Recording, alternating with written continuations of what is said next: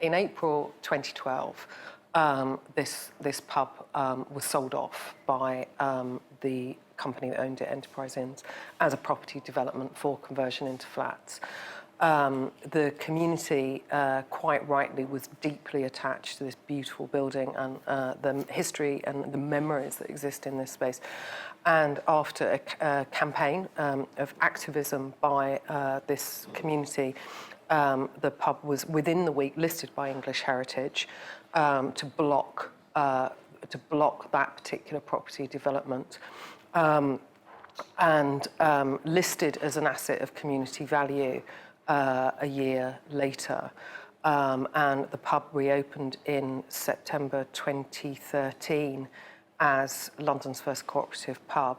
I filmed the closing week of the pub, and then I started, the pub was then squatted, et cetera, et cetera, et cetera. But I've continued to photograph the building as a metaphor for this, but also a metaphor for the projective canvas of our memory and also our fantasy, and which, of course, both of these things are our present. A year later, in April 2013, the pub was bought for the community, and a huge public meeting was held in this space. So the pub was all boarded up, but the meeting was held in this space, and I filmed that meeting. And at that point, I started thinking, this is a story that needs telling in all of the kind of with all of the kind of complex loops and histories. At the point that I'd applied to film London,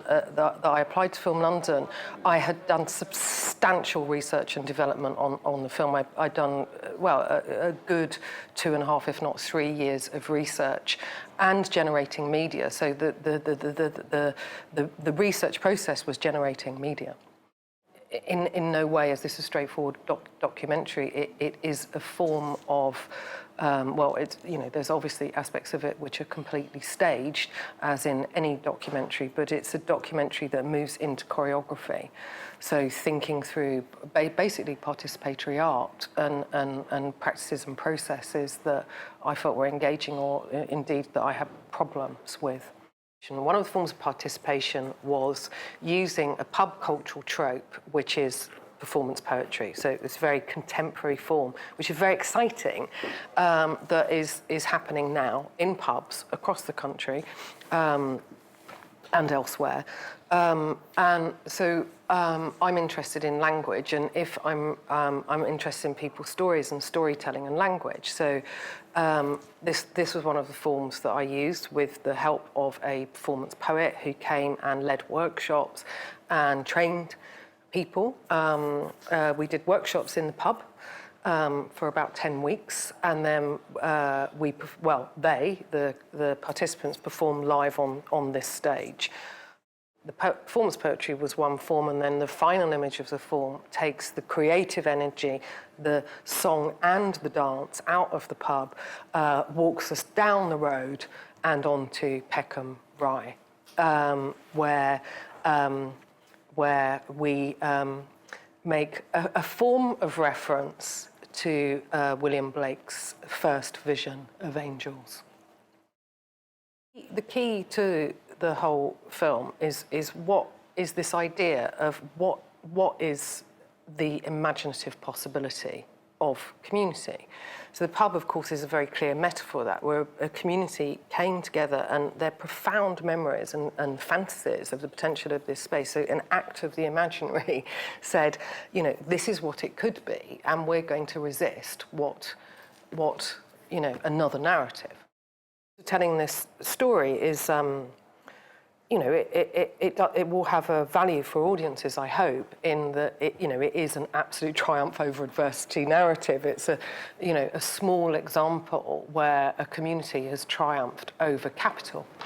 And that's rare in London, right? So, there's a feel-good factor to this story. And I suppose I could have explored other mechanisms for funding, and after Perestroika had a reasonable level of critical success, could have had different funding mechanisms attached to it. But what was important to me to work with FLAMIN was, as a process-based filmmaker, this film was a process-based production. it needed a lot of time in this community. It needed very exploratory processes and a lot of play, actually. And I don't think that form of play could have been explored through those more hierarchized production routes, which are innate to industry, actually. And I think, so there's no criticism of that. It's just an awareness that that's how those structures were. And this needed a very, very, very different approach. And it's, through working with FLAMIN, who absolutely supports exploratory process-based work by artists, then that's facilitated this process and allowed this process to happen. And I don't think it could have worked going through a different mechanism.